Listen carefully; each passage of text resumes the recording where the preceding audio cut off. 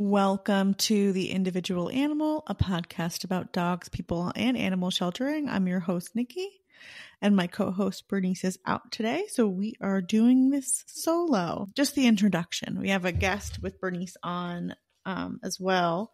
Our guest today is Chrissy Blake. She runs the Old Dominion Humane Society in Fredericksburg, Virginia. We're talking to her about all of the programs and stuff she's implemented at her organization. And we're also talking about how she removed breed labels a while back and how successful that has been for her and her organization.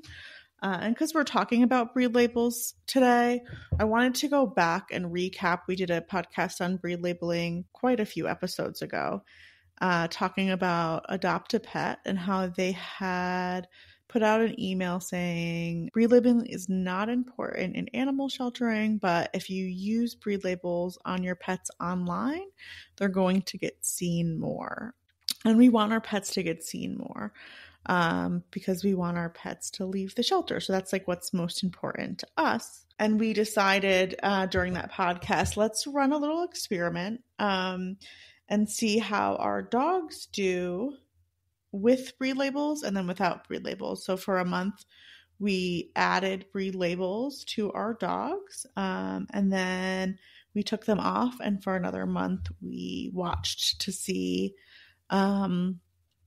how those numbers look. So once a week, anybody using Adopt a Pet gets a report from them. And that report includes for each dog, hits in the last 7 days, which I assume means how often the dog is showing up on people's searches, and then views in the last 7 days, which I'm assuming is how many people clicked on the dog. And then the click-through rate. So they're taking the amount of times it's seen versus how many times it's been clicked and getting a percentage.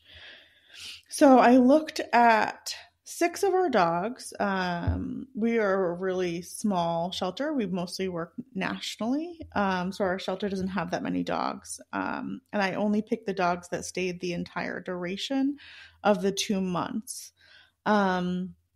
And the findings are kind of interesting. I don't think any of them have a significant difference enough to really make a difference. But none of this is actual data, right? This is just a fun experiment we did to try to decide, do we want to get our dogs seen by adding labels online only and adding that disclaimer that we talked about in the previous podcast, where you can say online, like, these are just guesses. Or do we want to continue to label our dogs mixed breed? And we did it in January. We had the dogs listed with breeds, and then in February we removed those breeds. So there could have been a ton of outside factors in play. I just want to say we're not claiming that this is any data. This was just an experiment we were doing for ourselves, for organization. I would love it if a large municipal shelter wanted to do some more testing to see how it works out for them. So if any of you guys are out there and you're interested in doing that, please let us know. But anyway, going back, 6 dogs. The interesting thing that I am finding is that all of the dogs were showing up in search engines more by about like 10 to 20 for each dog for the week. Or for the month, I'm sorry. So again, a really insignificant number. But the amount of times people were viewing the dogs, for all of the dogs were getting viewed more. And for all of the dogs, the click view rate, the average percentage for the month, was higher. So the dogs were showing up in the searches less, but people were more inclined to click on their profile. Now, I don't know if that's because it was mixed breed and they wanted to get a better look at the dog to see if they can guess at what breed it was or what the reasoning behind it was. But I thought it was pretty cool that people are clicking on and viewing the profiles more, even though they're showing up less in the search engines, the search results, sorry. So with all of these numbers, it makes sense for us as an organization to just continue to label our dogs mixed breed. I think that's an individual choice for your organization. Most importantly, the choice should be made that's going to help your dogs get seen, get adopted, get out of the shelter. So with that said, we hope that you choose to not label your dogs online, but if you do, we have a disclaimer available for you to put on, letting all of your adopters and potential adopters know that we don't actually know the breed of the dog, so you can check that out in the show notes. And let's get into the interview with Chrissy. I think you guys are really going to love it. She's super fun and has some really great ideas. So enjoy. Let me just do a quick introduction for you too, because I'm not sure if you guys have ever, I don't think you've ever met. No. Nope. Chrissy, this is Bernice. She's the executive director for Animal Farm Foundation. She used to be our director of behavior and training. She knows a lot of like dog behavior. She knows basically everything. She wouldn't say that, but I'm going to say that. Wonderful. And then Chrissy, what is your title there? I go by founder of the Old Dominion Humane Society, but I'm the president, director of operations, kennel tech. I'm there all day long. You know. All of the things. All of the things. Nice. My hands are on all the pots. Yeah. I think the reason I wanted to talk to you originally, I know we had talked about talking about how you removed breed labels, but also it was pretty impressive, all of the stuff that you guys are doing at the Old Dominion Humane Society. Am I saying that right? Yep.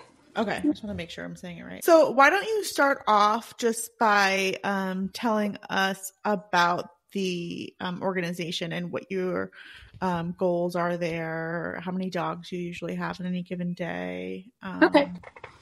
So we are a foster-based rescue, but we do have a brick-and-mortar adoption center where we kind of gather the dogs, hold the dogs, get them vetted and whatnot, and then send them out to foster. Some dogs are there at the center a little longer than others, but majority of the time, most of our dogs are in foster homes. So we're not quite a shelter, but we're not quite completely foster-based, popping up at PetSmart every weekend, So we don't fit into like one single bubble. But we also are out and about and have off-site adoption events as well. So we have about 150 dogs at all times. We have a lot of puppies right now, but that's because of the problem right now. So we have about 60, 70 puppies at the moment, which is way more than we normally take. Wow. That is a lot of puppies. It's a lot. And they're getting big and they're not going anywhere. So, yeah, that's a problem for another day. But yeah, so we are volunteer ran though. I'm there in the mornings and feed and do like the heavy duty stuff. And then everything else is ran by volunteers. We don't have any other staff. We don't have any other paid employees. It's all foster based and volunteer ran. That's impressive. Your volunteer program and how you've built it up is pretty amazing. Can you talk about how you organize your volunteers and how many volunteers you have? We have about 300 volunteers right now. Everything is on Facebook and ran by Google Sheets. So we stay organized by Google Sheets and Google Forms. We don't use Shelter Love, Chameleon, any of those. We use Google Sheets and Pet Finder, and that's it for all of that. We've created our own database. We've created our own intake procedures through that. The Google stuff is Google Drive. All of that has been amazing for it and free. So why not? Yep.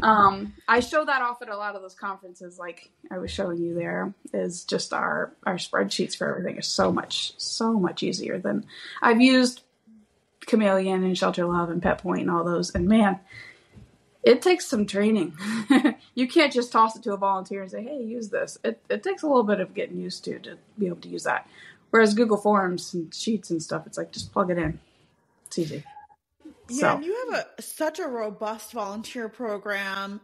And then I remember just being we met at the Virginia Federation Conference last year, And I remember just like we were just chatting about like some idea. I can't even remember what it was, but you were like, yeah, I'm just going to throw that up on the Facebook group and my volunteers are going to take care of it.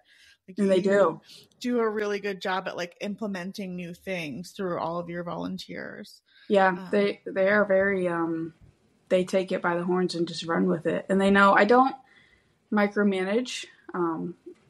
I give them a task and they take it and go with it. Yes, obviously make sure everything's safe and they're doing everything correctly in that aspect. But I let their creativity run wild and it's nuts.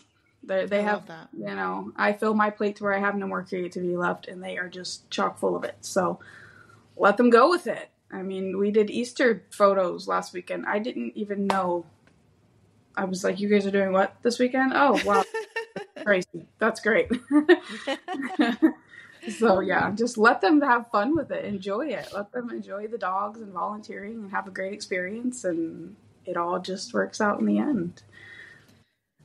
I saw you have a summer camp too and an internship. Is that all volunteer run too? Yep, that's all volunteer ran. The summer camp is going to be fun. That's me and a couple other, teachers that are on summer break. And we're going to take about 35 kids and just do a bunch of dog stuff. Let them learn how to scan for microchips and wash puppies and all that fun stuff. Yeah, puppy soccer, and we have a tortoise. They're going to meet the tortoise. They get to fill like the peanut butter Kongs, and it's a lot of fun. How long are they there for? Are they for like a week, or is it a day trip? It's a week. Mm-hmm. It's a week, but they do 12 to 2, so it's only a couple hours a day. You know, that's not too bad. Yeah, it's not too bad. They're tired. They go home. Yeah, it's not too bad. And then you have internships too. Can you tell me? I didn't realize that you did that, or I forgot. My memory's not. Well, that's great. New. So yeah, I want to do. Oh, okay. There are a lot of upcoming students and whatnot, or just people in general who want to get involved in animal welfare, and they just, as a child, you think, I'm going to become a vet or work at the zoo, or a groomer. You know, it's really the only options you have as a child. And that's kind of where I was. I really wanted to do all that, but I didn't have money for college, and I just didn't. I was like, well, I just love dogs. I don't know what else to do. And then you start volunteering through things, and you're like, wow, there's a whole lot of things involved in this that anybody can get involved in, and you just don't know where to go. So I really want the interns to come in and in exchange for knowledge and a foot into many doors, I can introduce you to everybody in town in the animal world.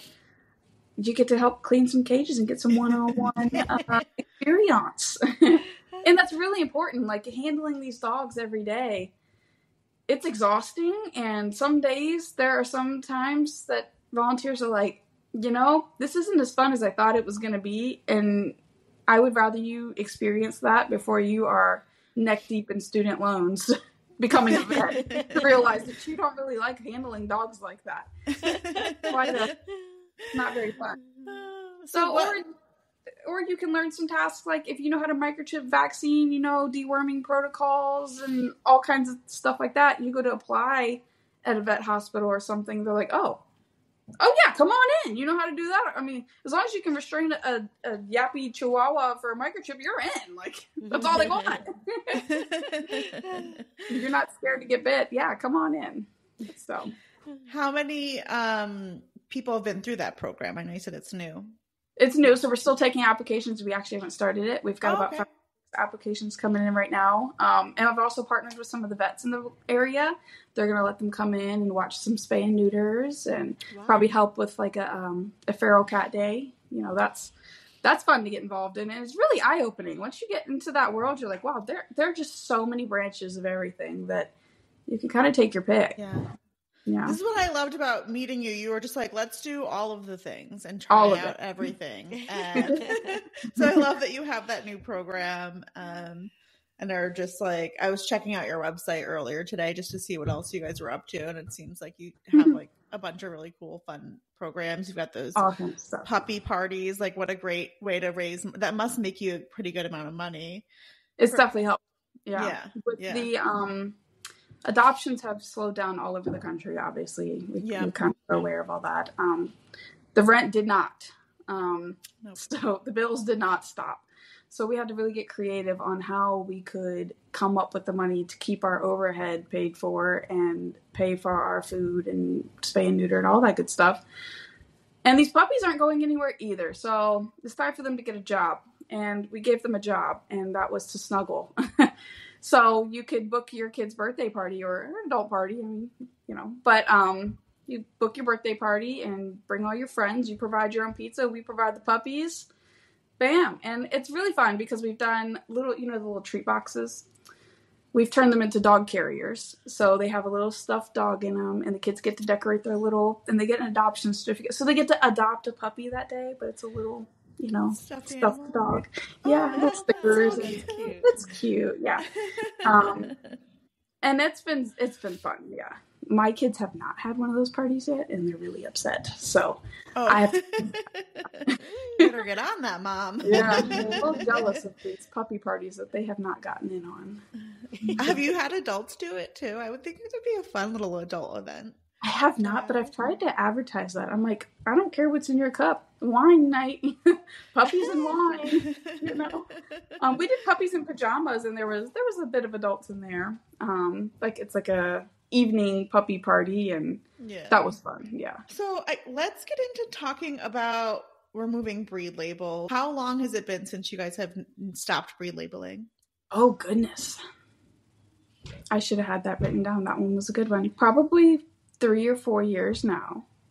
Maybe longer. It was when I met you for the first time at one of your conferences.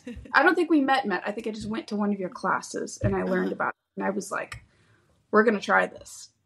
And I did get a lot of pushback. My volunteers were like freaking out. What do you mean? You're not going to put husky on this husky and this Jack Russell on this? Clearly a Jack Russell. They need to know, or they're not going to know it's a hyper crazy dog. They need to know it's a husky, or they're not going to know it's going to climb the fence. Like, these are things they have to know. And it's irresponsible of us to not put it on there, and they're not going to know. And it was a lot. So just like with the creativity with the volunteers, I let them run wild. If they want to try something, we make a 6-month rule. Try it for 6 months. If it works, we'll keep going. If it doesn't work, we'll scrap it. But it's worth trying. And that's what we did with my own idea. And they quickly saw the results. It was immediate. So what results did you guys see? So people were looking at the dog's profile. If it says mixed breed or we didn't know, then they started researching into the dog. Oh, okay, well, tell me a little bit about him. Okay, so what does he do? Because if they don't know, we don't know, and they want to know more. We still do get a lot of people guessing on their own, and I'm like, well, your guess is as good as ours is kind of what we say. I'm not a breed professional. Neither are you. So sure, if that's what you think he looks like, maybe. But he looks like that, but he's not really hyper. So we were able to discuss the things that they are and aren't like that breed that they think the dog is. So it opens up more conversation for the dog in general. It helps break away from the assumptions that they already have made about the dog, just based off its look or if it was labeled a husky or something. And you just learn more about the dog and what its needs are and how it's fitting in with your family or how it's not going to fit in with your family. Have you seen any progress with landlords and stuff now that you don't breed label your dogs? Yes, because what we do, for example, if we get an application that's for an apartment and it has breed labels on there, we say, you need to take this picture of this dog and you have to send it to them. And if they approve it, great. If not, no. That's how we do that. And a lot of times they don't know from that picture. And if they're going to have those problems, even if I put a lab on a pit bull's paperwork, they're going to face these same problems. They're going to say, well, it doesn't really look like that. So they're going to have those problems regardless. So you might as well meet it head on, send them a picture, get them approved, or get them not approved, whichever way. We experienced that with one of our staff here who adopted a dog from us, and most of the dogs that we have in are dogs that were labeled a pit bull in another organization. And she had restrictions at her apartment, and she sent the landlord the photo, and the landlord was like, oh, that's not a pit bull. That's fine. So it's all so subjective. Yeah, it's so subjective. And we encourage them when they take a picture of the dog, we just have them send the entire kennel card over because they're going to be curious. They're going to read the stuff about the dog, and it's usually okay. So, do you have fun stuff on your kennel cards? Do you have like? Yes. Oh, yes. Yeah. Especially with our naughty dogs. Like, I'm a little psychotic, yes, but aren't we all some days? Or we have one dog who only likes women, and I hate men just as much as you do. And it's just like, it's funny. Like, I'm looking for a single bitter baby mama. I love kids and women. So yeah, we get fun with it. We had this one that was adopted. We called her a mean like sewer rat, and that's what her kennel card said. Oh my God. You have to be honest about these issues, and what better way than to laugh through it as you're cleaning blood up. Do you have any examples of like volunteers that stood out that were like very adamant about not removing labels that then like switched around and were like, yes, why didn't we do this sooner? So she's one of my best friends, Tracy, and she helps run the rescue with me, and we'll go back and forth about issues all the time, and it's all in good fun. We're fine. But she was one of my big pushbacks. She was like, that's dumb. This is not going to work. It needs to be done. And she is one of the biggest ones now. She's like, I did not believe in this at first, but it's worked great. It gets the dogs that normally would not be adopted. It's really a game changer. Before, if I got a pit bull adopted, it was a celebration. I was like, oh my, a pit bull went out this weekend. We got a pit bull adopted. Like, that was the win. If I only adopted one dog that weekend and it was a pit bull, we won. We're great.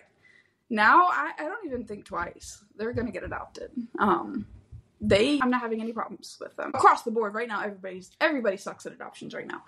Yeah. I have a poodle sitting there. It's not time. So yeah, so right now things are tough, but in comparison to all the dogs across the board, the pit bulls are not sitting longer than the other dogs because of this, because they get to know them and they're labeled. And the hound dogs were a big problem for us. As soon as you see a hound dog or walker, all of them, the foxhound, all of that stuff, they're immediately hunting dogs. They can never live inside. They're going to yell all day, and they're bad. They're not indoor family dogs.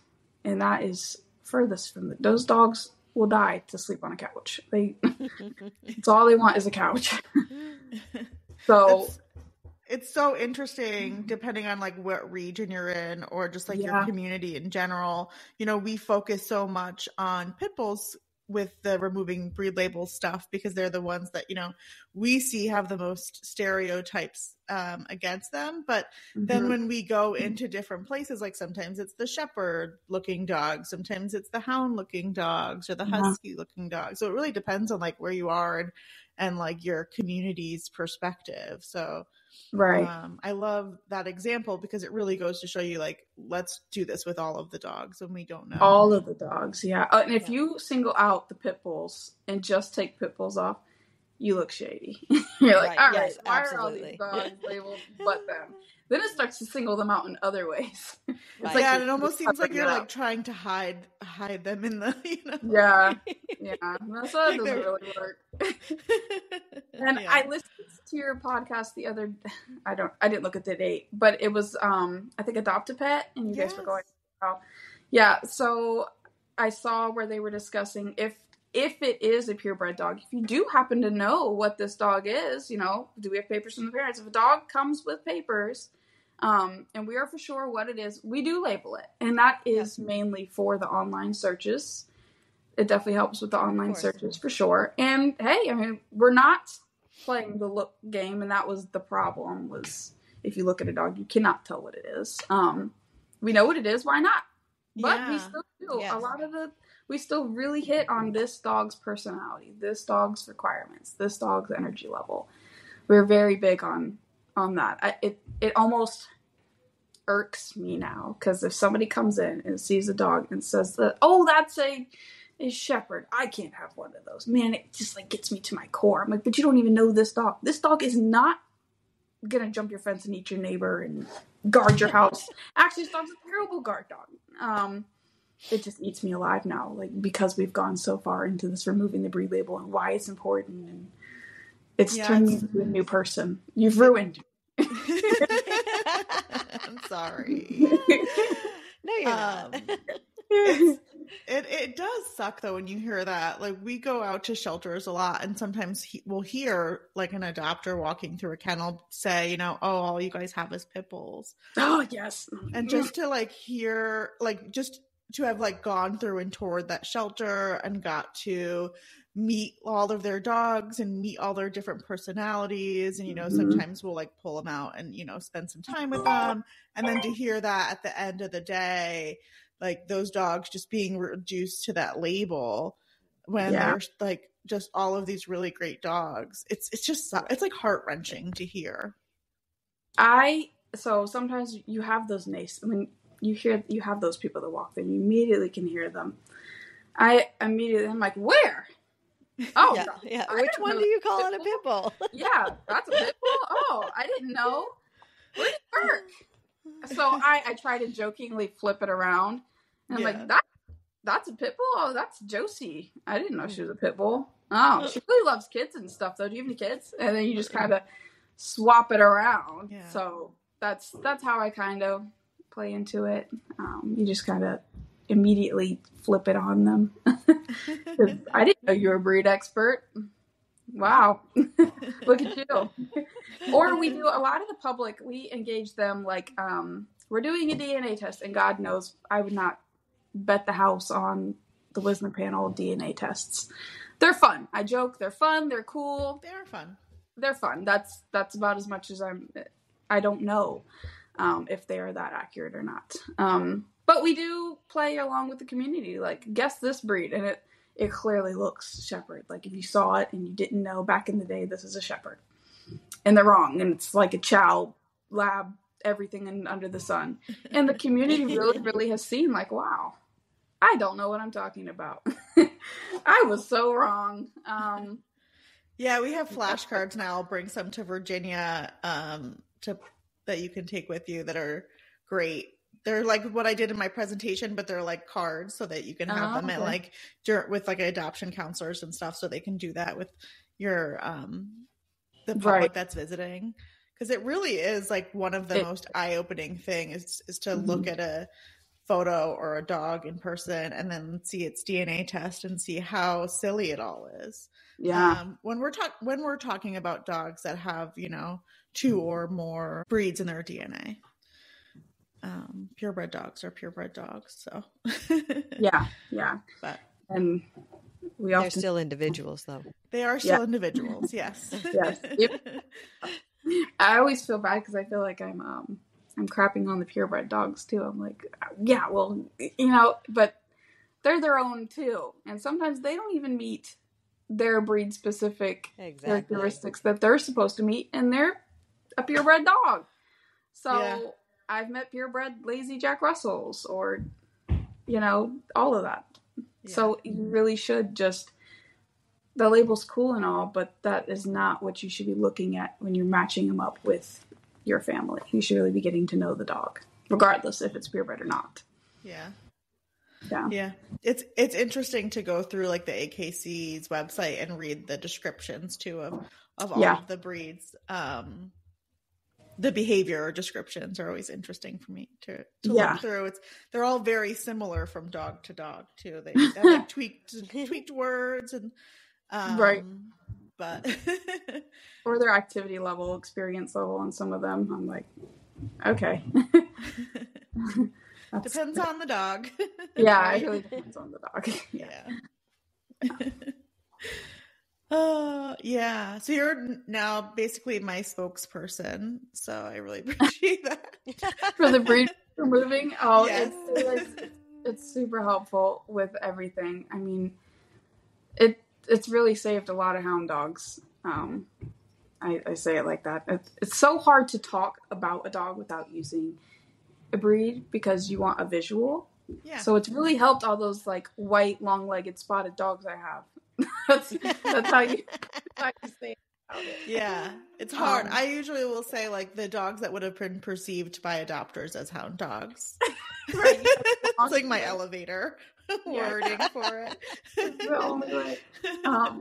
I think we had talked about that at that meeting. We were talking about our own dogs, and I was like, oh goodness, I have a dog that would maybe look like a Shar-Pei. If you open a thing, but I don't know what he was. So, but yeah, that's biggest in our area is the hound dogs and the pit bulls. They do not move. They have such a bad rap. Housing is horrible on them. And then once we removed it, they are just getting adopted, and people are really seeing them for what they are and what they can be and how wonderful they are within families. They are great family dogs across the board. So, yeah. And that's the whole goal, is to get dogs out. And if that helps, then we should be doing that. Yeah. Going back to the Adopt a Pet podcast that we did a while back, we did it for like a month. We switched it was like a really hard decision, but like we were like, let's just do it and see if we're going to talk about it, we better do it. And we're in a super rural area, so it's going to be different for anyone, depending on where you are. But we did not see any significant difference in our numbers from Adopt a Pet. They send the reports out. We saw no significant difference. So we, after a month, decided to go back to mixed breed. Right. But I think it's definitely an individual decision for each shelter to make and to see. And we have that disclaimer now available if you want to, if you feel like that's the thing holding you back is the online stuff. Like, you can say, we're guessing, this is a placeholder. We just want our dogs to be seen for search engine optimization. So I'm not faulting shelters that are making that decision. But for us, it didn't make sense. And I think it's important to look at your individual shelter and decide if that's going to make sense for you or not. But a lot of people I talked to, and a couple other people have said they have not seen a significant difference in their search engines with just mixed breed. So yeah, I was getting a lot of backlash when we were breed labeling. I mean, and now I don't have that conversation with people anymore. You told me it was this, and I took it to my vet, and my vet said it was not this breed dog. I'm like, well, I don't know what to tell you. Do you want to bring it back or what? I didn't lie to get it out the door. It was always you made it sound like this type of breed to get it out the door. And no, I really thought it was kind of that dog. We all could be wrong. And then all the rescues would get creative. It was a brown dog. It's no longer a brown pit bull. It's a Carolina dog. And that's, that's kind of misleading. And so now we're away from all of that. And that just, it removes a whole bit of stress that we don't have to deal with. Mm-hmm. But if I were to label a dog something just for search engine wise, when they come in, they are looking, that's what they wanted. So if they come in and it's not exactly what they thought it was, that's a whole nother conversation that they felt misled and they're not happy. So even if you have to be sure before you put that label on, even for search engines. Yeah. So that's hard. The only time that we really do it is just when we know what it is. And I don't think you would see much of a difference if we were to change all our pit bulls and hounds to that, because that's not what they're searching for. People are searching for corgis and shih tzus and things. I think that would be the only time that you would see a difference in the numbers for a search engine versus a mixed breed dogs. People are going to find your poodles versus the mixed breed poodle on your page for sure. Yeah. And we're getting so many of these doodles in. I don't know what it is. The poodle mix with something. I don't know. There's all kinds of variations at this point. Interesting. It's a cavapoo. I don't know. I haven't heard that before. I have not heard that. I think I said at a presentation the other day, you guys are maybe getting a couple doodles in, and they looked at me like I was crazy. They were like, no, that's not happening. So many. The doodle epidemic is a problem right now. And the dogs are just nuts. They're doodle epidemic. It's nuts. And they're coming in. I mean, I think I have 3 coming in today, and they're matted and nasty, and they weren't taken care of. And they're balls to the wall, hyper. They're just, people are getting these dogs because they don't shed and they don't know what to do with them, and it's a lot. Yeah, it's a problem. Huh. Yeah, I mean, we had a Bernese mountain dog poodle, Bernedoodle, whatever you want to make their new name. These crazy names are just the mutt. He's a curly coated mutt. I would love to see what that dog looked like. Curly burner. Cute. Yeah, curly burner mountain dog. Yeah. Oh. But he was hyper and food aggressive and all kinds of stuff, and ended himself up at the shelter. And but we're seeing them left and right. It's a lot. And these are not this is not my area, this grooming and whatnot. If anybody wants to make some money right now, go be a groomer. The doodle thing is out of control. So, yeah, I have a Wheaton poodle mix right now. Yeah, I don't know. And without paperwork, unless you were like some super savvy person in that area, they're all just kind of curly-coated dogs. I don't know. I can't tell them all apart. Yeah, so nobody really can. Yeah, I'll get the paperwork and I'm like, oh, that's interesting. You mixed what? This is why would you do that? Yeah.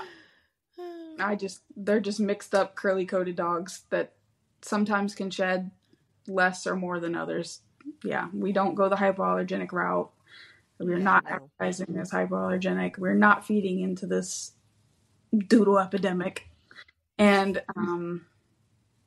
yeah, that's how we're dealing with that. Yeah. They're mixed, and people get so upset.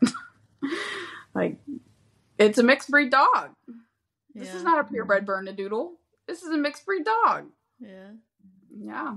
And I think that's tough when you're removing breed labels. Yeah. Yeah. My newest favorite term is non-purebred dog. I started saying that like a month ago. This is a non-purebred dog. It's just not a purebred dog. Yeah. Yeah. We steer away from mutts, obviously. We say Heinz 57 or Jack of all trades or Jack of all trades. I don't know if I've heard that one before. Yeah. He can do everything. Yeah.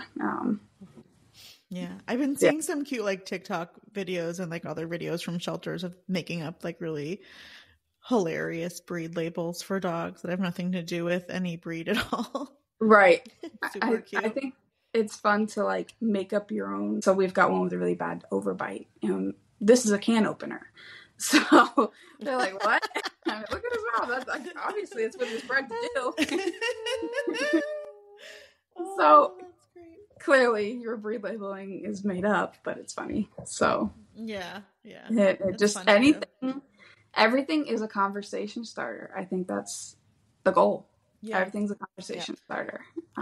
So that they get to know the dog and everything it is or is not. Mm-hmm. Yeah.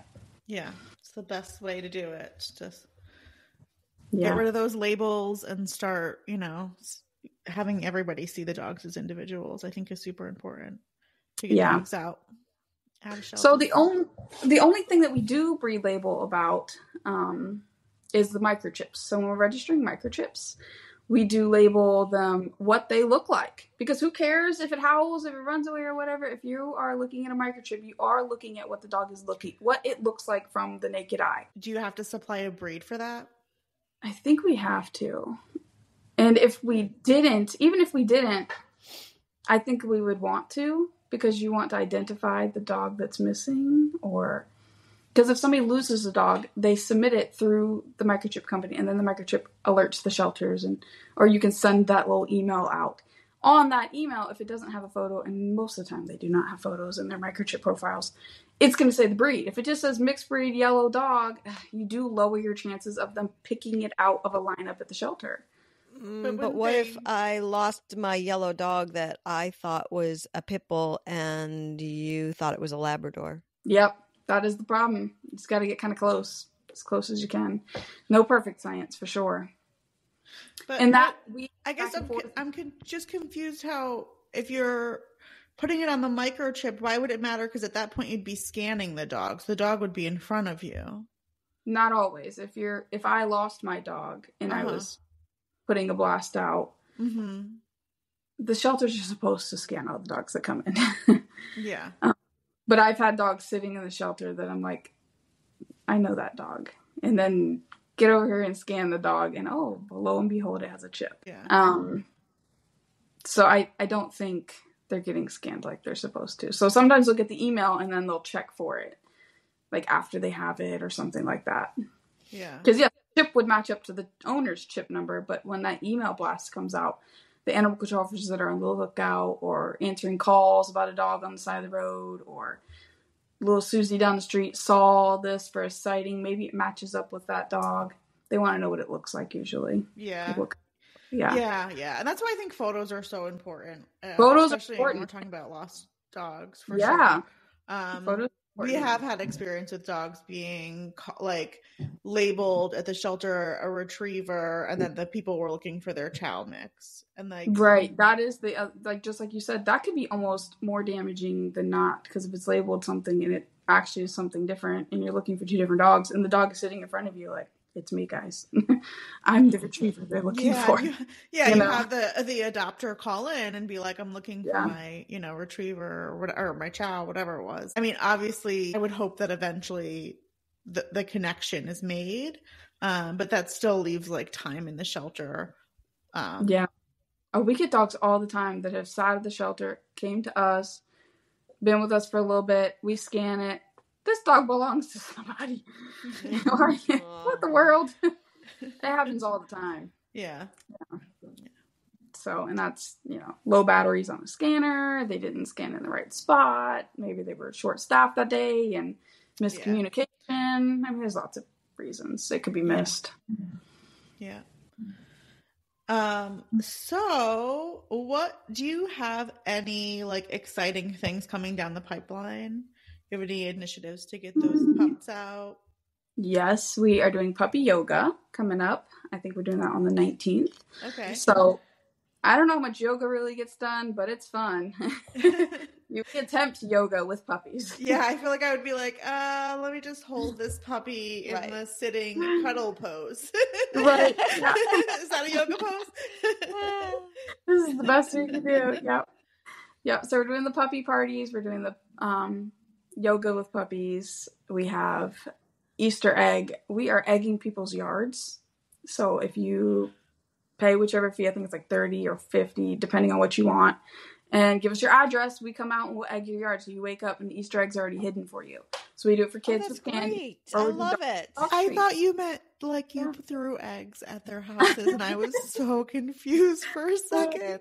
There's a pay people are going to pay for that. I was like, what? Wow. How do you know they're not giving you somebody else's address? This is not like a good program. Oh, that's super cool. That's awesome. Yeah, so we're just trying to get creative to raise money to pay for all the overhead for the dogs who are not moving right now. It's literally been our focus to get through this little hump. And I do feel like adoptions are picking up. I'd say the last 2 weeks have been really slow for some reason. Maybe people are going out of town. I don't know. Yeah. But since December, I have seen a little bit of a pickup since this past year and a half after COVID opened back up. Because that was the COVID returns really tanked adoptions. And I'd love to sit down with some more rescues and just kind of figure out what everybody else is experiencing. Because I know it is code red across the country, and that's really about it. Yeah. Everybody seems to be having the same problems across the country. None of the dogs are getting adopted. Everybody's getting returned or dumped. And the puppies that are getting dumped right now have no social skills, and they're terrible little monsters. That's pretty much all we got. They're COVID, and they're labeled. They're COVID puppies. This is a COVID puppy. They need that label on there. He needs a lot of work. He's got separation anxiety, and he doesn't know how to dog. He hasn't been around other dogs. Many of them just kind of sat in an apartment with somebody for a year. Yeah. Well, luckily, in 2 weeks, we all get to sit around with a bunch of other animal welfare folks and talk about what everybody's doing. Yeah. So we're coming Wednesday. We have a talk on like the language that we're using in animal sheltering and why it's important to like shift the language. It's a 2-part series with me and Bernice, and Cynthia will be with us too. Okay, I'll be Cynthia last year. Yeah. Yeah, I'll be. I briefly saw on your website just a quick blurb of it. I didn't even read in depth, but just simple, changing the wording and changing adoption application to adoption survey. Yeah. Yep. That's a huge tweak. Yeah. That's a huge tweak. People are like, I got to give all this information. This is a lot of work. And it's really not. It's like a page. On our end, like the word application sort of makes us out to be like these. Let me examine if you're worthy. Yeah. Yes. You're like, yes. to do this. Yeah, a survey is like, let me get some questions so that I can help match the dog up for you. Let me, hear about you. It takes it down a couple notches, and I never even thought about that till I saw it. I mean, it's a huge brain tweak right there. Just that word is huge. Yeah. We actually started that this week. Started changing that across the board to everything. That's awesome. Nice. Yeah. I love that. That's a huge one. It's like things you don't think about, you've been saying for so many years that you like, and like not everybody has time to sit there and examine every single word that they're saying. So I think it's going to be a really great and fun conversation and interactive where people can, be like, oh yeah, I say that, or what about this word? Does this word make sense? And, I think it'll be really good for just get everybody thinking. Get us thinking too. I'm sure there's going to be stuff people come up with that we were even like, oh yeah, I love talking about language and it sparked such a conversation with me. I went to one of our local shelters and all of the cages said cage aggressive of some sort. And I was like, all these dogs are aggressive. No, it's just the cage. I mean, they don't know what that means. This dog's aggressive. Right. He's aggressive. All these dogs are aggressive. And immediately your mind is like, I don't want an aggressive dog. You see the word aggressive and you are immediately like, no. So you need to put other things on there. Yeah. Loony in the loony bins. You call him, this is a loony bin. He's jumping around. He's spinning around. Call him a loony tune or whatever. Like, he's just crazy in here. He's going crazy. This one's stir crazy. This one's a loony tune. This one needs out of the loony bin. Yes. And if you saw that and you saw this dog going batshit crazy spinning, you'd be like, oh yeah, he does need out of the loony bin. It really, it just changes your whole thought, your feeling, your whole mood changes from aggressive to whatever, and it was across the wall. I was like, every single dog in here has some type of aggression on its cage. Treat aggressive, leash aggressive. I was like, none of these dogs are good. Nobody's going to stop any of these dogs. Yeah. So it really has had me thinking. I see it everywhere now, just by scrolling your website the other day. And it's great. So we have a dog, aggressive dog named Canella. She's been with us for 2 years. She's a wonderful dog. I mean, she's easy. She's easy as can be. But she doesn't like other dogs. We have had, obviously we've had her for 2 years. So we have had a hard time getting adopted.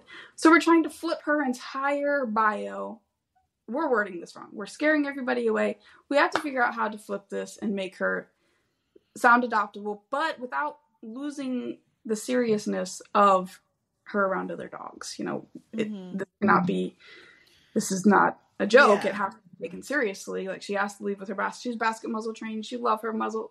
Maybe changing from muzzle to like face mask, or this is her, just something like that. Yeah. I'll send you after this, Caitlin Quinn, we just did a podcast with her. It was like the last one that came out, but she just sent me a bunch of slides for her presentation, and she had, I didn't realize there's a resource on HeartSpeak's website that has like a bunch of options for like how to change the way you talk about a dog that like doesn't like other dogs, and like just a bunch of different phrases that you can use. Also like kids that maybe, are a little bit like rowdy around kids, and like how to explain that without like saying no kids under, 2 or, things like that. I'll send you that. It's a really great resource to like get your brain thinking about how you can rephrase stuff. So right. Because the moment you put the no kids under whatever, it bites kids. Yeah. I have a niece and a grandchild. It's going to bite them. So they might sometimes, but you still have to explain that. But yeah, but even it's big and strong and jumpy. Yeah. His tail might hurt a 2-year-old, and now they have the vision. It's aggressive. Yeah. And it also, it's almost like putting a restriction on your adopters when some people's kids are great and are going to be fine with like a rowdy dog, and some kids are just not going to want to, have to deal with that. So when you do those like specific age restrictions are so interesting to me, because what does that really mean? Right. The dog's, Like, oh, you're 10. what if the kid turns 3 and it's that's going to be okay? It's going to be a magical thing that happens. Right. So, and it really does depend on the kid. A lot of ours say, we had one for a while that says, I need a child with common sense. If your child doesn't have that, then don't. Like, yeah, I mean, you should be well-mannered and have some common sense. If not, I don't know. Our bios are super blunt. Yeah, sometimes. Yeah. And it gets a good chuckle out of somebody. Yeah. It opens the door for some of those hard conversations. Because you can't just jump off. As when you see a family, is your kid good or bad? You can't just immediately ask that. But if they already read that somewhere, they start off joking about it and like, I see what you said, ha ha ha, you know, and it opens it a little bit lighthearted. Yeah. But I'm serious. Your kid has to listen and not climb on the dog. Other than that, they love kids, you know, that kind of conversation. Mm-hmm. Yeah, definitely. Anything else that you want to shout out about your wonderful organization? Everybody needs fosters because dogs are not moving. So we need fosters. We need creative fosters. We need those teenagers that are on TikTok all day anyways. Get them out there and take videos of the dogs. I am really pushing hard for the schools to get the teenagers in the shelters to take pictures and help make things for social media, collages, videos, you know, all of that. And just send them to the shelter. They're doing it anyways. Give them a reason. Have them do something that's productive and positive. That's brilliant. Selfies of their feet at the beach, you know, let's do something productive here. Well, yeah, let's end on that amazing idea. That is a phenomenal idea. I'm going to call our school system. All the school systems. Like, hey. Wait a minute. What else you got? What else you got for me? You don't even have them come to your shelter. You can say, here's all of our dogs right now and all of their pictures or links to their profiles. You guys pick the pictures. You guys put them in the videos. You guys make it cute. And they do. My daughter is on CapCut and I can just give her a bunch of videos and pictures, and she's made these like crazy, creative, flashy, jumping videos, and I'm like, you did that in like 30 seconds. It took me like an hour on TikTok the other day. What the heck? So yeah, I'll record all these videos, and then I just like have anxiety about clipping them together, so they never end up anywhere.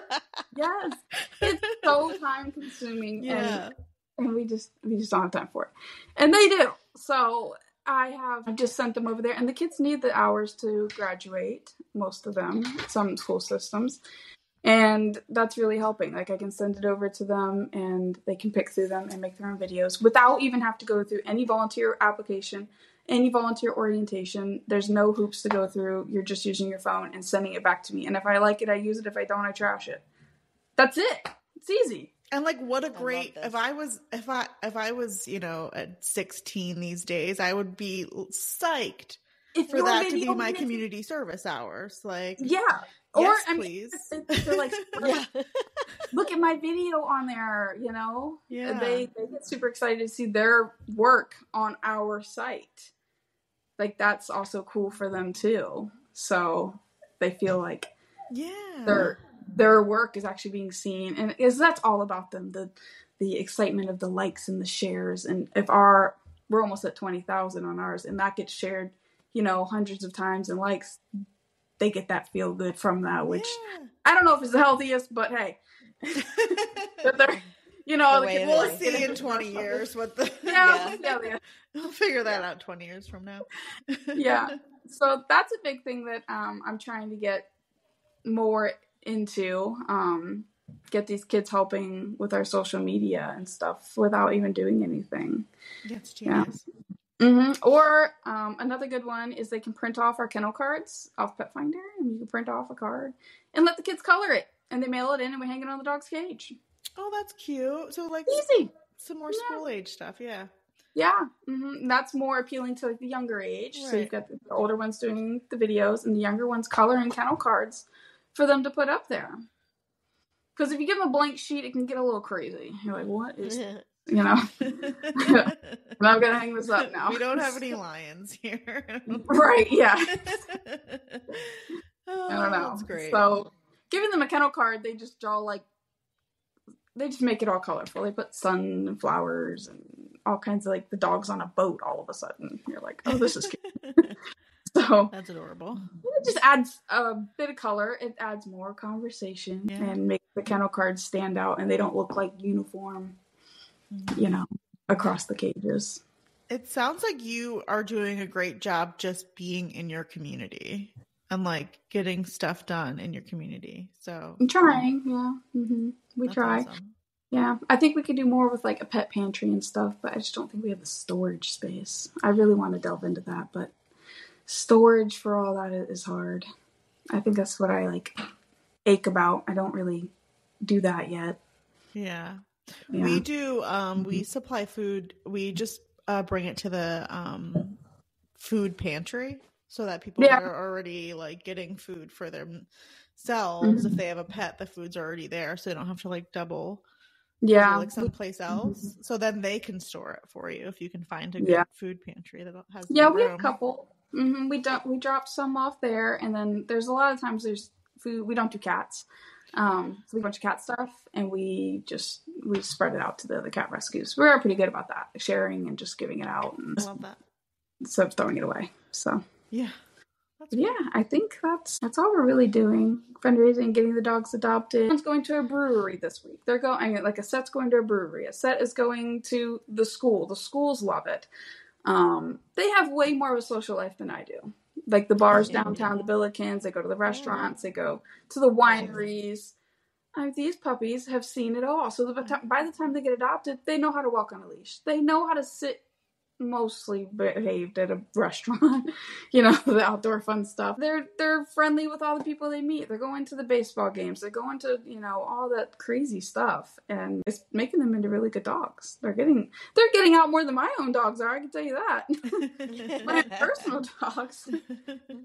I am just amazed that I can't even keep up with all of it. Sometimes I'm like, this is absolutely nuts. These puppies have way more of a social life than any of us. So they love it. Yeah. And good thing you have those 300 volunteers. Oh, yeah. That's amazing. That's an amazing number of volunteers. Yeah. And that's all. I always get asked, how did you get them all? We have removed a lot of the flaming hoops that it takes to get in places. Mm-hmm. We do the application and orientation so they know, obviously what to do and what not to do. But once you are in our organization, you get the code to the door. And you can volunteer at midnight if you want. And we have some college students that do. They show up in the middle of the night and hang out with the puppies at 10, 11 o'clock at night. It's whatever. But yeah, we just make it super easy. As easy as possible to volunteer. You can do as little or as much as you want. There's no real hourly requirement. Just come in when you can and do what you want. Even if you come in and just sweep the floor for a little bit, that helps. That's less sweeping I have to do. It's easy. Just make it easy. Make it easy. And we post on Facebook. That's really it. Yeah. Well, it sounds like you make them really feel like they're part of the organization and not just like a extra hand here and there, which is nice. I'm sure that's why they stick around. I'm sure your retention is pretty high. I think a lot of places, they only give like set tasks that you can do. And obviously it's the boring tasks. Nobody wants to only do laundry, dishes, and scrub crates out. Nobody specifically. And some people do, but some people do. Yes. Honestly, that's where I'm at. I can clean the shelter. I love it. Yep. I'll put my headphones on and just go to town. That's where I want to be. Yeah. But some people love to walk dogs. Some people hate to walk dogs. Like it's like, it's a lot. And they would just rather do dishes. So you have to figure out what people want to do and let them do it. Yeah. And it's nice on your website. You have like a list of different like opportunities, including like office stuff, but you like made it sound way more fun than office work. It was like, we're busy. We need stuff scanned. Yeah. Oh yeah. Make it sound fun. Yeah. They have the scan team. They'll come pick up all of our stuff, scan it in, put it on the Google Drive, put it in all the dogs' folders. And that's all volunteer. Some of these girls you can't put me in an office. I would spin in the chair and go absolutely nuts. I am not good with office stuff. Yeah. I'm not. And that is where I fully depend on these girls because they are wonderful at it. And they They don't want to deal with the dogs. They don't want to deal with the dogs. They don't want to be dirty. They don't want to be in there. But they still want to help the dogs. Yeah. So it's we still need those kind of people as well. Mm-hmm. Yep. Yeah. And they're the ones doing the, the pet finder, just all the bios and stuff. Some of those, we have people not even in our state. They've probably never even met half of our dogs running the behind the scenes stuff. Mm-hmm. Mm-hmm. Wow. Yeah. And they're amazing. Just as involved as the rest of us. I mean, we're in constant communication, just in messages. Okay. Well, Chrissy, thank you so much for chatting with us and letting us steal all of your great ideas when we get off the call. I love people that love to hear them. I have a lot of ideas and not enough energy to do them all, so everybody else can do them. Yeah, and we'll see you in 2 weeks and we can chat more then about all the other things that are happening. I'm sure you. Yep. Tracy's always doing something. Too. So Tracy's gonna be there too. Yeah, the naysayer, and she will probably own that. She's like, "Yeah, I hated it at first." She will probably tell you how much she hated it. So I love it. All right. Yeah. All right. Well, we'll talk again All right. in a few weeks. Thanks so much. You're welcome. All right. Bye.